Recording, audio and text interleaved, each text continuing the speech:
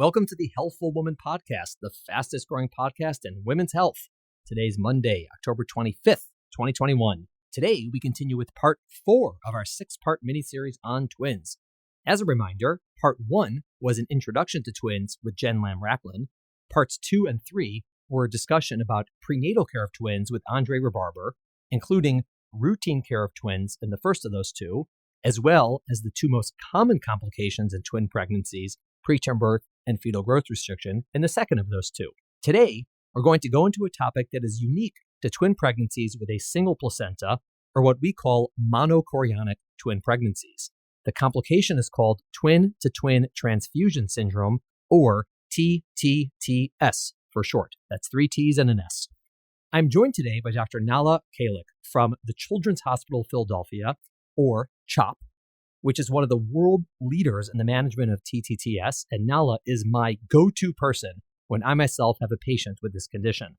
Today, Nahla and I are going to discuss exactly what is TTTS and how we diagnose it. Next week, we're going to discuss the management of TTTS, which is pretty wild, as it involves lasers. Yes, lasers. Reminder, if you are new to the podcast, welcome aboard. Or if you've been listening for a while but never reviewed us, we would love it if you could go on Apple Podcast and rate us. It takes really just 2 seconds once you're there. If you actually have the time to do more, please feel free to jot down a few comments in the review. We would really appreciate those. I read all of them. Also, reminder, we have a second podcast, High Risk Birth Stories, that drops every Thursday. So be sure to check that out as well. All right, enjoy part 4 of the twin miniseries. See you Thursday for High Risk Birth Stories. Thanks for listening. Have a great day.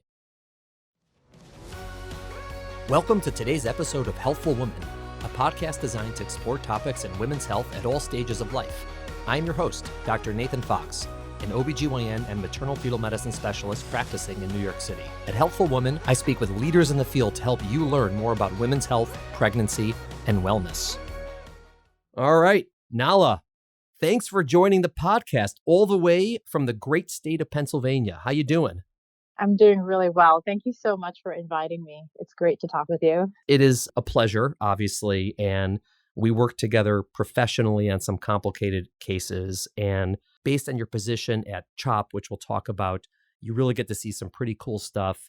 But I think we're just going to be talking today about sort of bread and butter twin-twin transfusion syndrome, which is quite complex, but we're going to really try to, break it down for patients and for women so they just understand what's going on and what we're thinking about, because this is something that needs to be talked about for women with identical twin pregnancies, monochorionic twins. Agreed, 100%. And I hope that, after folks listen to this, they'll walk away with some key points and advocate for themselves as patients, and then maybe sometimes even educate their doc. Let's just start with you a little bit, just so our listeners get to know who you are. Obviously, I know who you are, but tell us, where are you from? How'd you get into medicine and OB and what you're doing currently? I am originally Egyptian descent, so I'm first generation here. My parents emigrated to the U.S. when I was about 4, and I'm the eldest of 3. I'm the only physician in my family, so it's a really interesting position as my parents get older and my siblings get older. They have a lot of non-OB-GYN related questions that I'm supposed to know the answer to. You're the chief medical officer in your family? Yeah, basically, for the Khalek household. I know that position well. But I grew up in New York City, which is always going to be home, even though I've been living in Philadelphia now going on 11 years. New York is where my heart is always. And my parents are still living there. And so that kind of ties me to home as well. Grew up in Brooklyn and Manhattan on the Upper West Side. Went to Stuyvesant High School for those people in New York who know Stuyve. And then ended up enrolling in a combined BSMD program at the City College of New York, which is now the City University of New York Medical School. Right. Transitioned to New York Medical College, did most of my rotations actually on the Upper East Side at Metropolitan Hospital, not too far from Sinai. Cool. Ultimately matched to OB-GYN residency in Michigan. So then I spent a good portion of my formative professional years in Michigan and Detroit, where I did my OB-GYN residency and then ended up doing I'm one of the OGs in terms of combined fellowships in maternal fetal medicine and clinical genetics. I had to apply to both boards and create a specific curriculum. Now there's like 14 or 18 combined programs. So just to give you a sense of how old I am.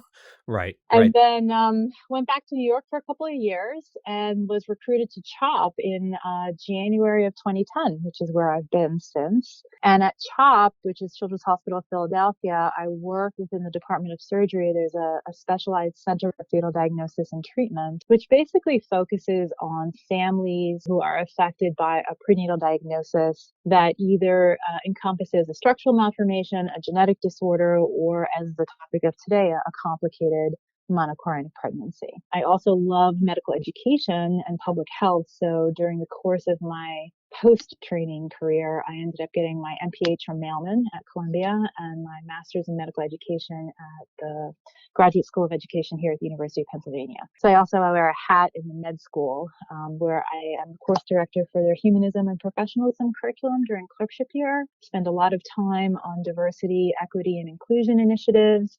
I really believe that we need to invest in our young learners.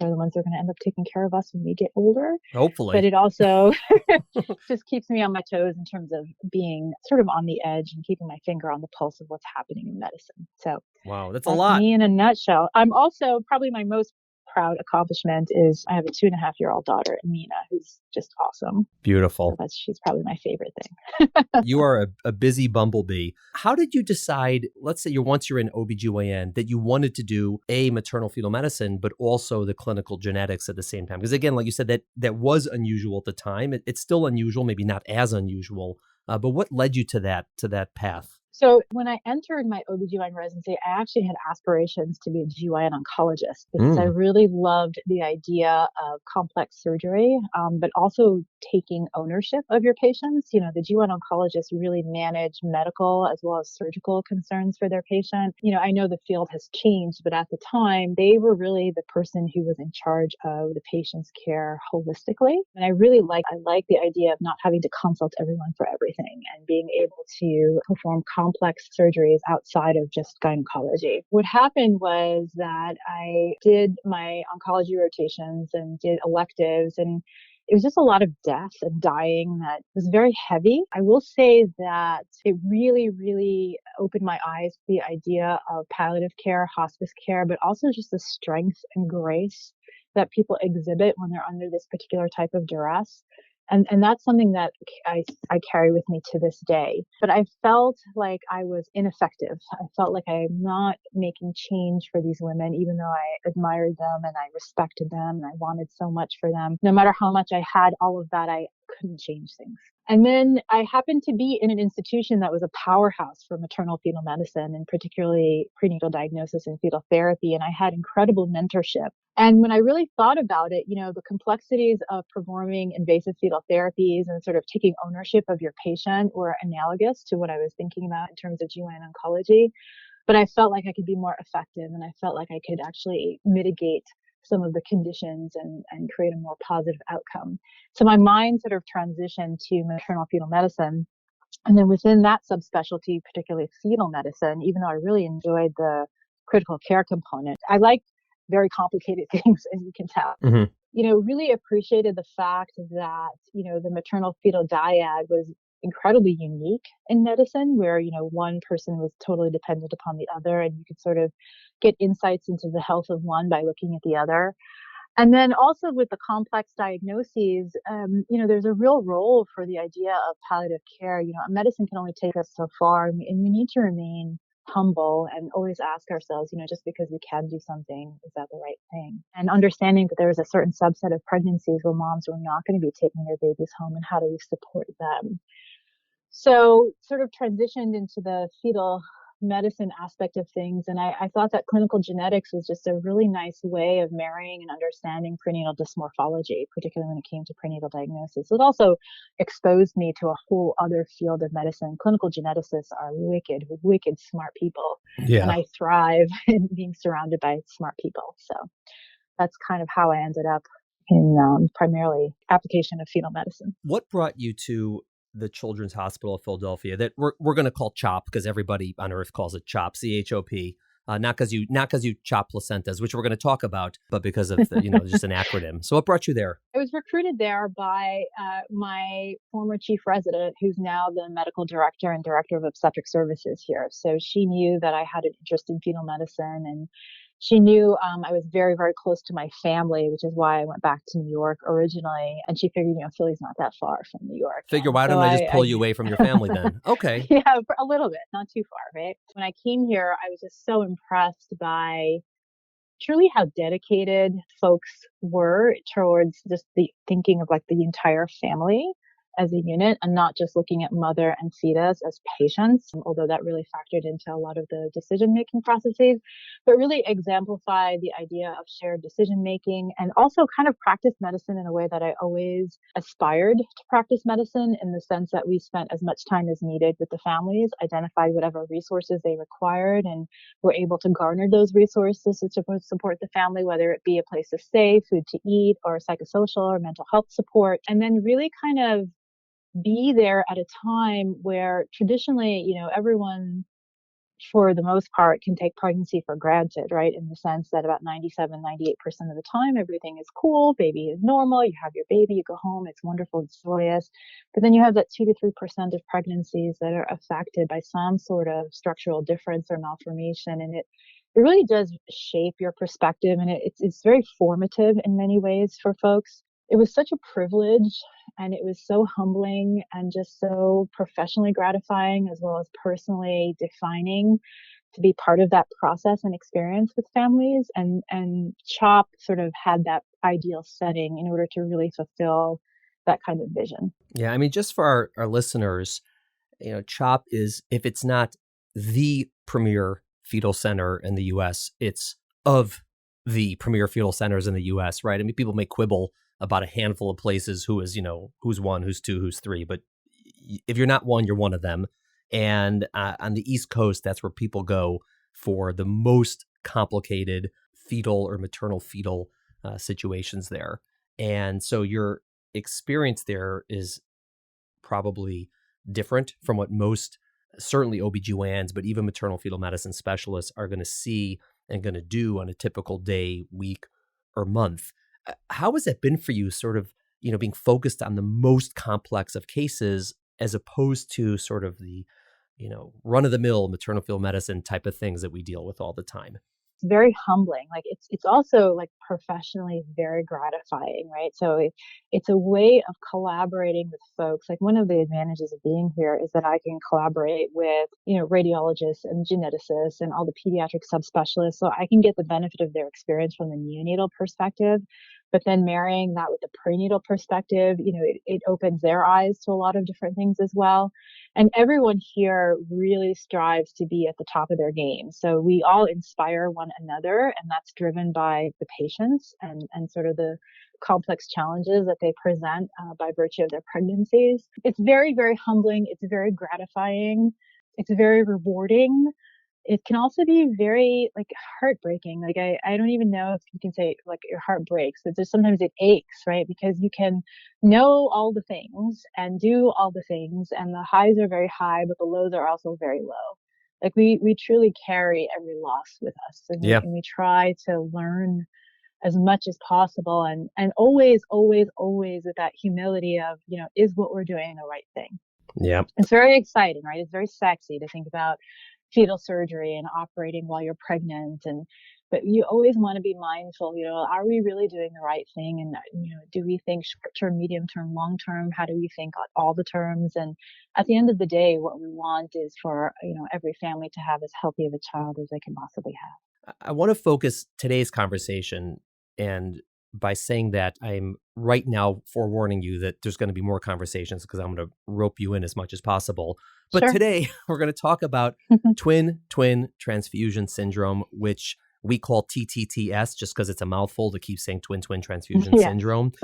And this is something that, anyone who's doing OB-GYN or maternal fetal medicine and sees twin pregnancies is going to deal with to some degree. But then a lot of those patients, if it starts getting complex, are going to get sent your way for maybe more evaluation and potentially treatment. So what are we talking about here with TTTS? First, it's a diagnosis that is unique to what we refer to as monochorionic twin pregnancies or monochorionic gestations. So that essentially means that you've got two fetuses that share a placenta. And, in layman's terms, a lot of people refer to them as identical twins. What we're appreciating is that identical is not always so identical. But within the context of twin-twin transfusion syndrome, essentially you've got two fetuses that are sharing a placenta. And the idea behind twin-twin transfusion syndrome is even though they're sharing a placenta, each fetus has their own share or portion of the placenta. And by virtue of being monochorionic, the best way to think about it is you've got the umbilical cord that connects the baby to the placenta. And then once the umbilical cord enters that portion of the placenta that's been assigned to each baby or each fetus, it sort of divides into these multiple branches of arteries and veins. Think of it as like a tree trunk being the umbilical cord, and then all the arteries and veins are all those different branches of the tree. And it's those arteries and veins that perfuse or provide a blood supply to what we call cotyledons. So a placenta is really kind of like islands of cells, and each island has an artery and vein that support it. So the artery is what's bringing blood from the baby towards the placenta, and the vein is what's taking the blood from the placenta towards the baby. And when we think about arteries and veins, it works kind of opposite in utero because babies are not breathing air. So the fetal circulation is very different from our adult circulation or postnatal circulation, in that it's the vein that's bringing all the good stuff to the fetus, being oxygen, nutrition, etc. And then it's the arteries that are taking away all the waste products towards the placenta. So when you think about the placenta is kind of like a heart-lung bypass dialysis machine, and none of us would be here without our placentas. When you've got a monochorionic placenta, so you've got two fetuses, each one is in their own sac, and they each have their own umbilical cord. Umbilical cord goes into the share of the placenta that belongs to each fetus. What's really unique about these placentas is even though each fetus has its own territory, 100% of the time you'll have something called anastomoses, which are actually blood vessel communications. So remember how I said there's an artery and vein that goes to each cotyledon or each little island within the placental share. In monochorionic pregnancies, you can have an artery from one baby crossing over and communicating with the artery of the other baby. Or you can have a vein crossing over and communicating with the vein, or you have an artery crossing over and communicating with the vein. And when you think about the direction of blood flow, so remember how I said the arteries are going from baby towards placenta and the veins are going from placenta towards baby, the direction of blood flow is really driven by pressure. So twin-twin transfusion syndrome is primarily the result of artery to vein communication. What ultimately happens is that you have a redistribution or a change in the direction of blood flow throughout the placenta. Depending on the artery to vein communication, there's no real magic number, but when you have what I'll put in sort of air quotes, enough artery to vein communications, you then get a redistribution of blood flow where one baby is actually receiving a tremendous amount of blood volume, and the other baby is shunting away from itself, so is not receiving a tremendous amount of blood volume. And it's basically an unequal distribution of blood flow. And that results in the phenomenon that we recognize by ultrasound as twin-twin transfusion syndrome. And to break it down even further, it basically means that one baby is hypervolemic, has too much blood volume, and the other baby is hypovolemic, doesn't have enough blood volume. And so the only thing a baby wants to do in utero is just sort of hustle to survive to get to birth. And so what's really phenomenal is that they start developing these mechanisms to try to adapt to this new distribution of blood volume. And the terms that we use in twin-twin transfusion syndrome specifically are donor and recipient. And so the donor is the baby that is moving blood volume away from itself, not voluntarily, but just through these anastomoses. And as a result, decides to be super economic with whatever blood volume it has left. And so what it does is it shunts or it directs blood flow to the heart and to the brain. Everything else gets the leftovers. And so what you see on ultrasound is the less amniotic fluid in the sac for that baby. You see the bladder might not fill and empty or cycle, is what the term that we use. And sometimes you might even see a slowing down in the growth of that baby. The other thing that can happen is the recipient baby, so the baby that's now receiving all this extra volume, also has to create mechanisms in order to adapt. And so when we think about the heart's a pump, and it's got to be used effectively to pump all this extra flow that's going through the baby. And so the heart muscle can get thickened. And sometimes when you think about heart muscle, it's pretty efficient when you give it a lot of work to do. But when you give it too much work to do, it becomes so thick that it becomes inefficient. And those babies are at risk for heart failure.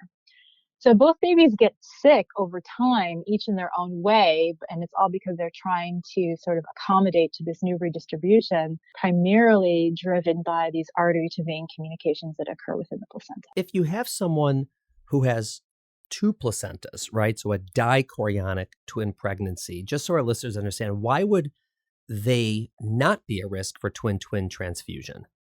Yeah, that's a great question. It's basically because you've got two separate individuals living in the same house, right? So a dichorionic twin pregnancy typically is you have two eggs, two sperm, two separate individuals. And so their circulations are never connected. They're two independent circulations. Right. And there are instances where there are identical twins that have two placentas, but they would not be at risk for twin-twin. Meaning the way we look at it is, obstetricians, maternal fetal medicine doctors, is the risk of twin-twin is not because they're identical. It's because they share one placenta. So if you have identical twins that don't share a placenta, great, they're not at risk for twin-twin. They have other issues, but they're not at risk for twin-twin transfusion, which I think is important because people always ask, are they identical? They're not identical, and which is interesting for them. But for us, we're like two placentas or one placenta because that's the key. I think also it's really important, this is where patients can sort of advocate for themselves, is when you get that ultrasound as early in the pregnancy as possible and they tell you you have twins, you really want to insist that they figure out if they're monochorionic or dichorionic. That really helps shape how the rest of the pregnancy goes. Yeah. And if the person doing the ultrasound says, I can't tell, you want a second opinion. Then you need to go to an MA. Yeah, definitely. If it's your obstetrician doing it, then you need to say, well, I need to go see maternal fetal medicine ASAP. Yeah, we had an earlier podcast on sort of twinning and the diagnosis and different kinds. And that was one of the things that came up. We know this in our day-to-day work that it's so critical to know early on what kind of twins are we dealing with here. One placenta, two placentas, all these things, because it changes the risk. It changes how we monitor them. It changes how we interpret certain findings. If there's two placentas and I see different growth in the babies, I know it has nothing to do with twin-twin. It's not going to turn into twin-twin. Totally not an option. But if there's one placenta, there's certain signs that we see that might lead in that direction, and it'll change the prognosis. It'll change the management. So that's pretty key. When you have a pregnancy where in advance the twin pregnancy and there's one placenta, two questions. What is the likelihood of twin-twin happening to that person? And the second is there anything that's in the control of the patient to increase or decrease, hopefully decrease, obviously, that risk? Yeah. So in general, if you pull all the literature, the incidence of twin-twin transfusion syndrome in monochorionic pregnancies runs anywhere from 10 to 15%. So it's not insignificant. And as a result of that, one of the sort of most proactive things a patient and her physician can do is once the diagnosis is made, you really need to start ultrasound surveillance beginning at 16 weeks. The general recommendation by Society for Maternal Fetal Medicine and American College of OB-GYN and multiple Royal College of OB-GYN in Canada, as well as European societies, is you start ultrasound surveillance at 16 weeks and you do it every 2 weeks. Right. So you say that's when you diagnose a monochorionic twin pregnancy. Yeah. Right. Not when you diagnose twin-twin transfusion, meaning before twin-twin, you start the monitoring. Correct. Yeah. Right. So the ideal is, maybe get your ultrasound at 8 weeks, 10 weeks, 11 weeks, 12 weeks. Make sure to establish chorionicity at that point. And then once you've established chorionicity, meaning one placenta versus two placentas, if it's one placenta, you need to start doing ultrasound surveillance beginning at 16 weeks, not coming back at 18 weeks or 20 weeks for an anatomy survey. That'll change whether you diagnose it, but is there anything they can do to prevent it? Unfortunately, there's nothing that can be done to prevent it. Although the only reason I hesitate is because there is a way to prevent later stage disease, and that's with earlier ultrasound surveillance. But in terms of actually the disease state itself, there's nothing a mom can do. There's nothing a physician can do. You're either going to develop it or you're not.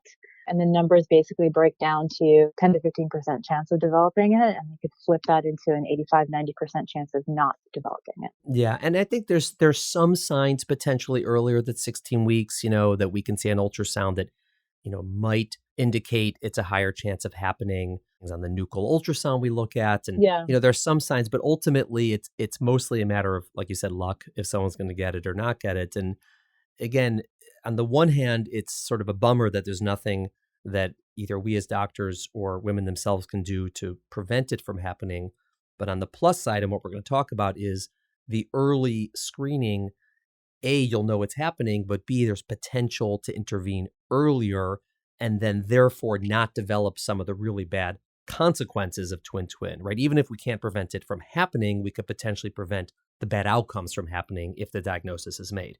Yeah, I agree. I mean, there's a lot of data that's being published about, looking at the crown rump length and seeing if there's a discordance, or as you said, the nuchal lucency, sort of that fluid behind the neck. Unfortunately, nothing has really panned out that's a good predictive marker. And so ultrasound remains the mainstay. And at the end of the day, it's really making that diagnosis of chorionicity as early as possible. Just so our listeners understand, let's say this was completely ignored, meaning we didn't think about it, we didn't screen for it, and it was just left on its own to progress, and someone had twin-twin.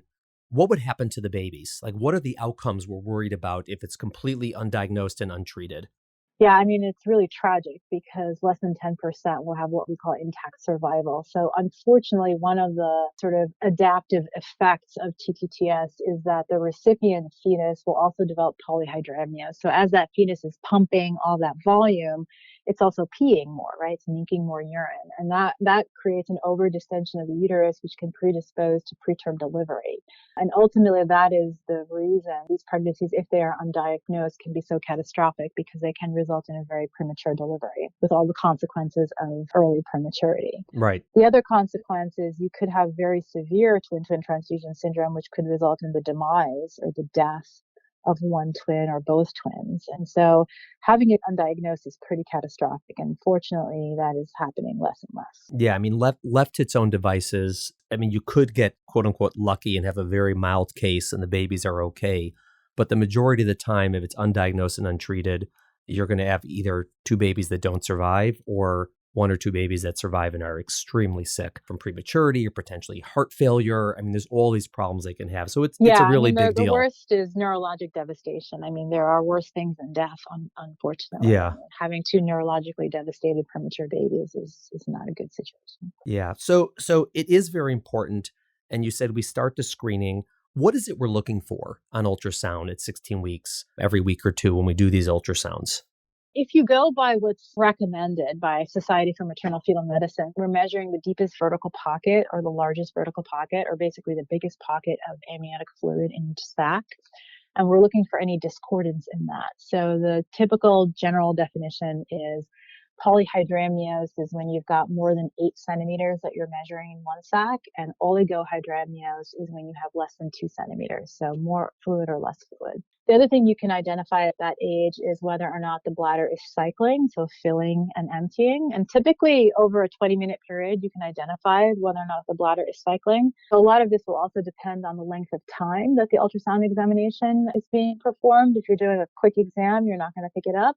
But if you spend at least 15, 20 minutes, and you can start at the beginning of the study looking at the bladder, and then at the end of the study looking at the bladder, and you should be able to see that it cycles. Right. And just to explain what that means, like, in twin-twin, the idea is one of them is getting sort of overloaded, too much stuff getting pumped in. So they're going to be big and plump and peeing all the time. And because of that, their bladder is filled and there's amniotic fluid all over the place. And the other one is the exact opposite, like really, really like shriveled up and small, and they're dehydrated, so they're not peeing. And because of that, the bladder doesn't fill. It's like they were, in a desert and they haven't eaten or drink for, a week. And so you see the discrepancy in the fluids. One has a ton of fluid, one has very little fluid. The neat nickname we have is polyolly. Or it might be a little bit subtle. Like Yeah. We've got one pocket that's a little over 8 centimeters, another pocket that's maybe 3 centimeters, not quite less than 2. So the idea, again, behind the early ultrasound surveillance is to look for trends more than anything else. It's very unusual if you're screening appropriately with ultrasound that you'll have like a big change, although there have been multiple cases that are referred to us where 1 week everything looks okay and the next week,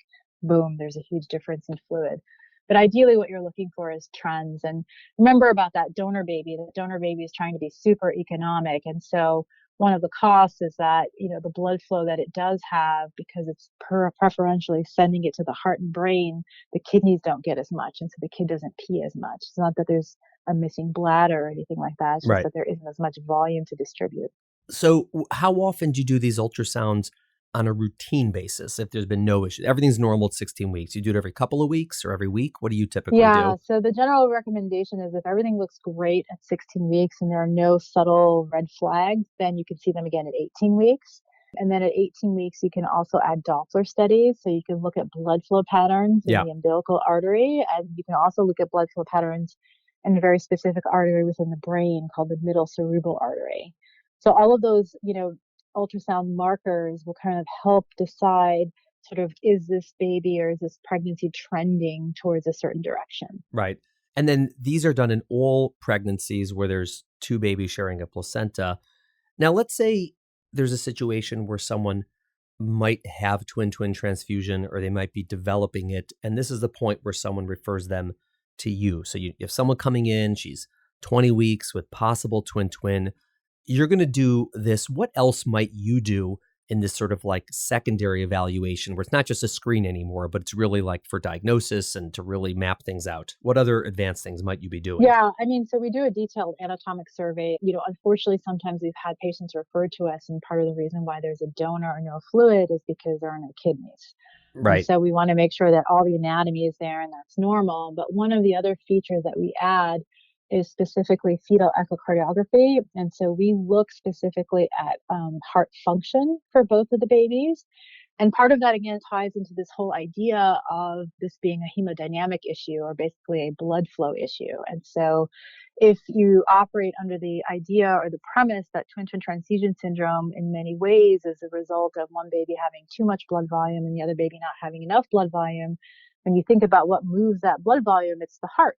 And so looking specifically at heart function also helps inform us as to whether or not this is headed towards twin-twin transfusion syndrome or a different diagnosis, or can inform the severity of the twin-twin transfusion syndrome and how it helps guide management. Yeah, I was going to ask you because there are different either called scoring or staging systems. I know that you guys have your own CHOP score. You have your own, named score, which is, congratulations. Good for you guys. It's awesome. Yeah. But there are many scores out there. I'm just curious, what is the value of having any prognostic score or a stage telling someone yours is a little bit more mild or more moderate or more severe? And there's numbers and different ways to look at it. But just in general strokes, why would that be helpful potentially? So it's helpful, particularly in the early stages of twin-twin transfusion syndrome, to determine whether or not offering definitive fetal therapy is indicated. So just to give an example, when you have, twin-twin transfusion syndrome is broken down into stages, right? Stage 1, 2, 3, 4, 5. As the number increases, the severity of the disease increases. What's considered early form twin-twin transfusion syndrome is stage 1 and stage 2. And particularly with stage 1, there was previously a tremendous amount of debate as to whether or not we should offer fetal surgery. The reason being that for most cases of stage 1, they tend to stay that way. And so there are risks with fetal surgery, which I'm sure we'll get into a little bit later on. And so the question is, why take the risk if we know that things aren't going to change and you'll still have a generally good outcome? That question was answered relatively recently by our colleagues in Europe, and we actually were one of the North American centers that participated, and there were 2 other centers that participated, where we randomized patients who were at stage 1 to sort of determine, okay, if we watch it versus if we start with therapy, sort of what happens. And ultimately, about 40% will progress. So when we think about the utility of echocardiography, that can sometimes identify the stage 1 patients who will progress. And when we talk about progression, we're talking about moving upstage, right? So stage 2, 3, or 4. And so the idea is you'd like to intervene at a point where the babies are not so sick that they would ultimately, gain the maximum benefit. So using the echocardiography and understanding sort of how the hearts are functioning is very helpful, particularly in the early stages, because then sometimes we can offer surgery before the babies get too sick. Yeah, I think that makes a lot of sense. And, one of the complicating features of diagnosis is what are we going to do about it? Meaning it's not that hard to diagnose twin-twin transfusion if you know what you're looking for, right? Pretty much all of us can do it. But the question about diagnosis is really not just do you have it, but what is the prognosis, meaning what do we think is going to happen? And that's highly related to what are we going to do about it, meaning if treatment is an option, if it's not an option, and whether we think it's going to work or not work. And those are really intertwined together. So I'm sure when you're doing the evaluation, part of it is to figure out what's going on. And at the exact same time in your brain is, Now that I'm figuring out what's going on, what are my options to treat and whether they're going to work or not? And that's how you counsel people, I imagine. Exactly. Yep. That's exactly how we think about it. So again, it always goes down to the question about, well, if we do something, is that the right thing to do? And if we do something, what does that ultimately mean for the pregnancy and for the family? So it's exactly how we approach it. Excellent. So I think that's a really good summary of exactly what twin transfusion is, who's at risk for it, how do we screen for it, how is it diagnosed? And I think what we're going to do is we're going to move on to part 2, where we're going to talk about management, treatment of twin-twin transfusion syndrome. Thank you for listening to the Healthful Woman podcast. To learn more about our podcast, please visit our website at www.healthfulwoman.com. That's HEALTHFULWOMAN.com. If you have any questions about this podcast or any other topic you would like us to address, please feel free to email us at hw@healthfulwoman.com. Have a great day. The information discussed in Healthful Woman is intended for educational uses only. It does not replace medical care from your physician. Healthful Woman is meant to expand your knowledge of women's health and does not replace ongoing care from your regular physician or gynecologist. We encourage you to speak with your doctor about specific diagnoses and treatment options for an effective treatment plan.